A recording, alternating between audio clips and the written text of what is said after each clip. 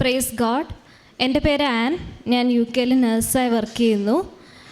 ആദ്യമേ തന്നെ ഈശോയ്ക്ക് നന്ദി സമർപ്പിക്കുന്നു. എന്നെ എൻ്റെ കുടുംബത്തെയും മാതാവിൻ്റെ സന്നിധിയിൽ കൊണ്ടുവന്നതിന് അമ്മയ്ക്കും തിരുക്കുമാരനും 1000 നന്ദി. ഞാൻ ഈ സാക്ഷ്യം പറയുന്നത് എൻ്റെ അമ്മയ്ക്ക് വേണ്ടിയിട്ടാണ്. ഒക്ടോബർ മാസം എൻ്റെ അമ്മയ്ക്ക് തലവേദനയും പനിയൊക്കെയായി കാഞ്ഞിരപ്പള്ളിയിലുള്ളൊരു പ്രൈവറ്റ് ഹോസ്പിറ്റലിൽ അഡ്മിറ്റായിരുന്നു. തലവേദന കംപ്ലയിൻറ്റ് ചെയ്യുന്നുണ്ടെങ്കിലും അവരത് വലിയ കാര്യമായിട്ട് എടുത്തില്ല. പിന്നെ ന്യൂറോളജി കൺസൾട്ടേഷൻ എടുത്തു. അവരും ഓക്കെ, കുഴപ്പമില്ല എന്ന് പറഞ്ഞ് ഡിസ്ചാർജ് ചെയ്തു വന്നു. നവംബർ 4 വീട്ടിലുണ്ടായിരുന്നു. ഞാനിപ്പോൾ UK-ലാണ്, പപ്പ സൗദിയിൽ, അമ്മയും ആങ്ങളെയും മാത്രമേ വീട്ടിലുള്ളൂ. അപ്പോൾ നവംബർ 4 അമ്മയ്ക്ക് ഇതേപോലെ ശക്തമായിട്ടുള്ള തലവേദന വന്നു. കാല് വലതുവശം തളർന്നു പോയി. അപ്പോൾ അമ്മയ്ക്ക് അമ്മയുടെ മുറിയിൽ നിന്ന് എൻ്റെ അനിയൻ്റെ മുറിയിലോട്ട് പോകാൻ ഒത്തിരി മണിക്കൂർ എടുത്തു. വെളുപ്പിന് രാത്രി 9 മണിക്ക് തുടങ്ങി 4 മണിയായി എൻ്റെ അനിയൻ്റെ അടുത്ത് എത്തിയപ്പം. അങ്ങനെ അമ്മയുടെ ഫ്രണ്ടിനെ വിളിച്ച് ഹോസ്പിറ്റലിലോട്ട് കൊണ്ടുപോയി. അത് ഈ കാഞ്ഞിരപ്പള്ളിയിലുള്ള ഹോസ്പിറ്റലിൽ തന്നെയാണ് കൊണ്ടുപോയത്.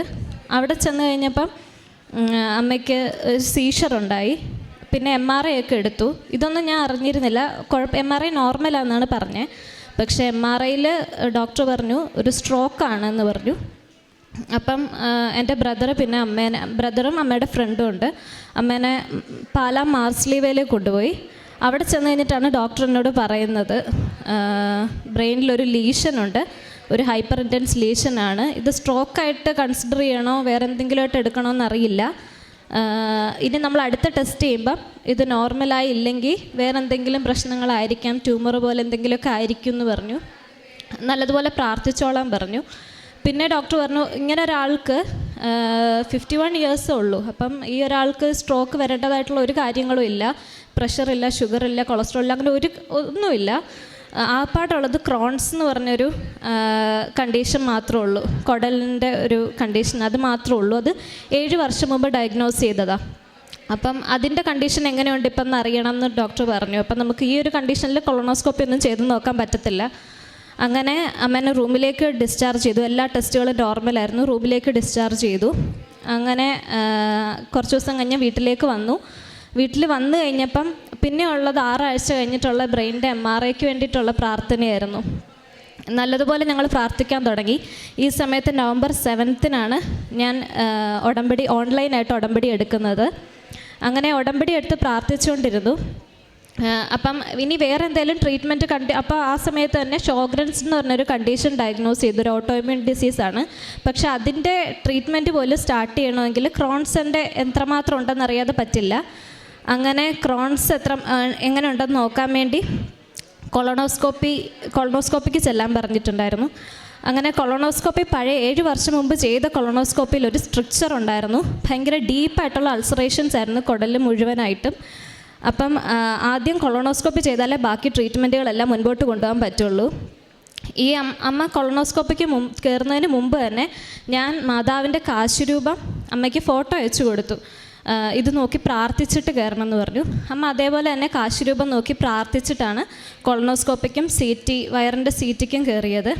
അങ്ങനെ ആ സ്കാനിങ്ങിൻ്റെ സമയത്തും കൊളോണോസ്കോപ്പിയുടെ സമയത്തും ഞാൻ വീട്ടിലിരുന്ന് UK-ലല്ലേ, അപ്പം വീട്ടിലിരുന്ന് പ്രത്യക്ഷീകരണ പ്രാർത്ഥന തീരുന്നത് വരെ ഞാൻ പ്രത്യക്ഷീകരണ പ്രാർത്ഥന ചൊല്ലിക്കൊണ്ടിരിക്കുകയായിരുന്നു. കൃത്യം ഒരു 5:30-6 മണി ആ സമയമാകുമ്പോഴായിരിക്കും ഇവിടെ നാട്ടിലെ അമ്മയുടെ പ്രൊസീജിയറെല്ലാം കഴിഞ്ഞിട്ടുണ്ടായിരുന്നത്. അപ്പോൾ അത് കഴിഞ്ഞ് ഡോക്ടർ പറഞ്ഞു സ്ട്രിക്ചറിന് ഇല്ല, അന്നുണ്ടായിരുന്നത് ആ സ്ട്രിക്ചർ ഇപ്പോൾ കാണാനില്ല. പിന്നെ ഡീപ്പ് അൾസറേഷൻ എന്ന് പറയുന്നത് അങ്ങനെയേ ഇല്ല, ചെറുതായിട്ട് കുരുക്കൾ മാത്രം അവശേഷിച്ച് അത് മുഴുവനായിട്ട് മാറി. അത് കഴിഞ്ഞ് പിന്നെ നമുക്കപ്പോൾ ട്രീറ്റ്മെൻ്റ് എല്ലാം സ്റ്റാർട്ട് ചെയ്യാൻ പറ്റി ഷോഗ്രൻസ് കണ്ടീഷൻ്റെ. അത് കഴിഞ്ഞ് പിന്നെ നമ്മൾ പ്രാർത്ഥിച്ചുകൊണ്ടിരിക്കുകയായിരുന്നു. 6-7 ആഴ്ച കഴിഞ്ഞിട്ടാണ് ബ്രെയിൻ്റെ MRI ചെയ്തത്, അടുത്ത ബ്രെയിൻ്റെ MRI നോർമലായിരിക്കാൻ വേണ്ടി. ഈ സമയത്ത് ഞാൻ അതിന് മുമ്പ് ഉടമ്പടി എടുക്കുന്നതിന് മുമ്പ് ഉണ്ടായിരുന്ന ആ ഒരു 3 ദിവസം എന്ന് പറയുന്നത് ഞാൻ ഭയങ്കര കരച്ചിലായിരുന്നു, ഭയങ്കര നിരാശയായിരുന്നു.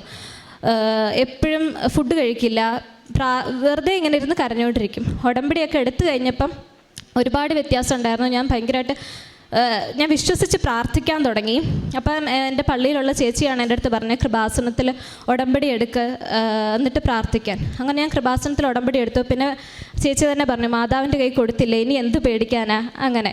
അപ്പം ഞാനും ആ വിശ്വാസത്തിൽ തന്നെ ഉറച്ചിരുന്ന് പ്രാർത്ഥിക്കുമായിരുന്നു, ഒരു പ്രശ്നവും ഉണ്ടാവില്ല.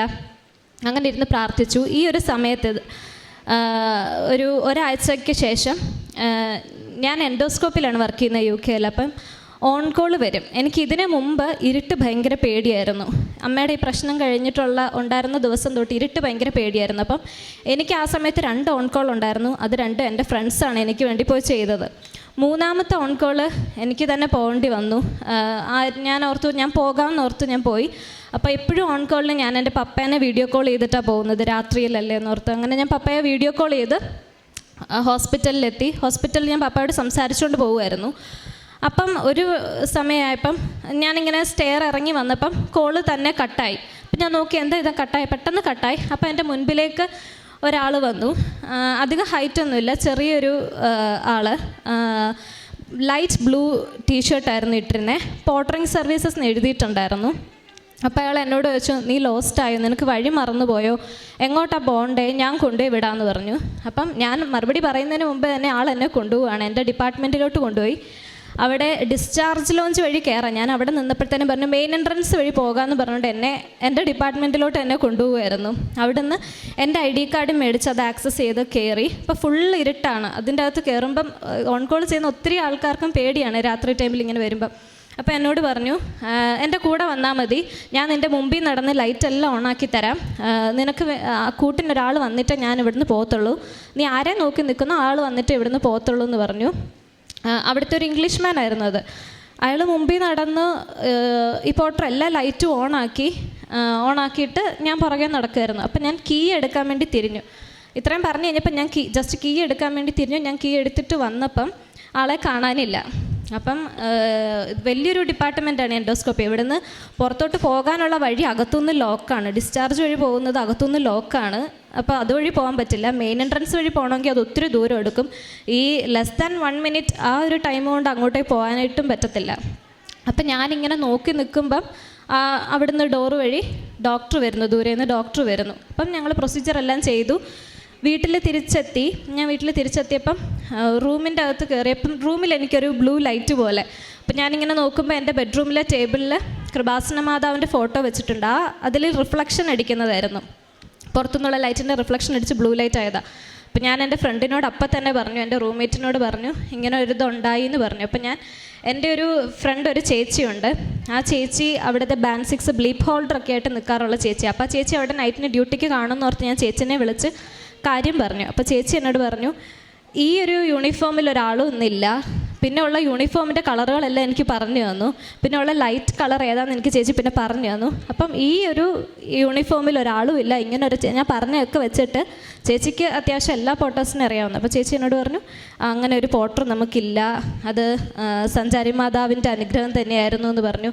മാതാവ് നിനക്ക് സംരക്ഷണം തന്നാന്ന് പറഞ്ഞു. അങ്ങനെ ഞാനും പൂർണ്ണമായിട്ട് വിശ്വസിച്ചു. മാതാവിൻ്റെ സംരക്ഷണത്തിലാണ് ഉടമ്പടി എടുത്ത് ഞാൻ പ്രാർത്ഥിക്കുമ്പം അത്രയും ഇതിൽ ഞാൻ നിൽക്കുമ്പം വിശ്വസിച്ച് പ്രാർത്ഥിക്കുമ്പോൾ അത് മാതാവിൻ്റെ സംരക്ഷണം തന്നെയാണെന്ന് ഞാൻ ഉറപ്പായിട്ടും വിശ്വസിക്കുന്നു. പിന്നെ അത് കഴിഞ്ഞ് കൊളോണോസ്കോപ്പിയുടെ ബ്രെയിനിൻ്റെ MRIയുടെ സമയമായി. അങ്ങനെ ബ്രെയിനിൻ്റെ MRI ചെയ്തു. MRI ചെയ്ത് അതിൻ്റെ റിപ്പോർട്ട് വരുമ്പോൾ കുറച്ച് ദിവസമായി. റിപ്പോർട്ട് വന്നപ്പോൾ ഞാൻ ഡ്യൂട്ടി ടൈമിലാണ് വന്നത്. ഞാൻ ആ ടൈമും കണ്ണടച്ച് പ്രാർത്ഥിക്കുമ്പോൾ മാതാവിൻ്റെ ഈ രൂപമാണ് എൻ്റെ മനസ്സിൽ വരുന്നത്. എന്നിട്ട് ഞാൻ പ്രാർത്ഥിച്ചിട്ടാണ് റിപ്പോർട്ട് നോക്കുന്നത്. റിപ്പോർട്ട് നോക്കി കുഴപ്പമില്ലെന്ന് തോന്നി, പക്ഷേ ഡോക്ടർ കൺഫേം ചെയ്തിട്ടല്ലേ പറയാൻ പറ്റത്തുള്ളൂ. എന്നിട്ട് ഞാൻ ഡോക്ടറിൻ്റെ അടുത്ത് ഇവർ കാണാൻ പോയി. അപ്പോൾ എപ്പോഴും പോയാലും ഡോക്ടർ എന്നോട് സംസാരിക്കും, ഫോണിലൂടെ സംസാരിക്കും. അപ്പം അന്ന് പറഞ്ഞു ആ ലീഷൻ അവിടെ കാണാനില്ല, അത് പൂർണ്ണമായിട്ടും മാറി. പിന്നെ ഇത് വലിയൊരു അത്ഭുതമാണ് നടന്നത്. അന്ന് ഡോക്ടർ പറയാതിരിക്കുകയായിരുന്നു. അമ്മ രക്ഷപ്പെടില്ല എന്ന് ഓർത്ത് തന്നെയായിരുന്നു അമ്മേനെ അന്ന് ഹോസ്പിറ്റലിലേക്ക് അഡ്മിറ്റ് ആയത്. എന്ത് ചെയ്യണം എന്നറിയാത്തൊരു ഇതിലായിരുന്നു.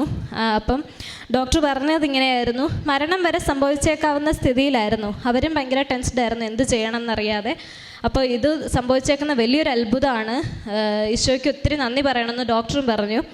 അങ്ങനെ ആ ലീഷൻ പൂർണ്ണമായിട്ടും മാറി. പിന്നെ അതിനുശേഷം ഞങ്ങൾ ഒന്നും കൂടെ ഞാനും പപ്പയും വന്നു കഴിഞ്ഞ് ഇൻഡോഅമേരിക്കനിലൊന്ന് കൊണ്ടുപോയി അവിടുന്ന് ചെയ്തപ്പോൾ അത് നോർമൽ ബ്രെയിൻ MRI ആയിരുന്നു. ഞാൻ ഈ ഉടമ്പടിയിൽ ഉടനീളം പ്രാർത്ഥിക്കുമായിരുന്നു, മാതാവ് എനിക്ക് അമ്മയുടെ സാക്ഷിയൊക്കെ എന്നെ മാറ്റണേ, എനിക്ക് ഈശോയെ മഹത്വപ്പെടുത്താൻ വേണ്ടുന്ന അനുഗ്രഹം തരണേ, എനിക്കിവിടെ ഒന്ന് സാക്ഷ്യം പറയാൻ പറ്റണമെന്ന് ഞാൻ വിശ്വാസത്തോടെ പ്രാർത്ഥിച്ചു.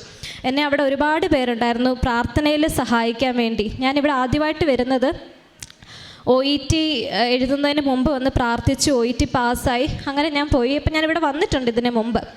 പിന്നെ ഈ സമയത്തെല്ലാം ഞാൻ ഒത്തിരി സാക്ഷ്യങ്ങൾ കാണുമായിരുന്നു. അങ്ങനെ എനിക്കിവിടെ വന്ന് സാക്ഷ്യം പറയണമെന്ന് ഞാൻ പ്രാർത്ഥിച്ചു. അതേപോലെ എനിക്ക് സാധിച്ചു. പിന്നെ കഴിഞ്ഞ ദിവസം ഞാൻ UK വരുന്നതിന് മുമ്പ് എനിക്ക് സ്തുതിക്കുമ്പം ബുദ്ധിമുട്ട് വരും. അത് ചുമയ്ക്കുകയും തൊണ്ടയ്ക്കൊരു വേദനയൊക്കെ, ഒരു ശ്വാസമുട്ടൽ പോലെയൊക്കെ വരുമായിരുന്നു.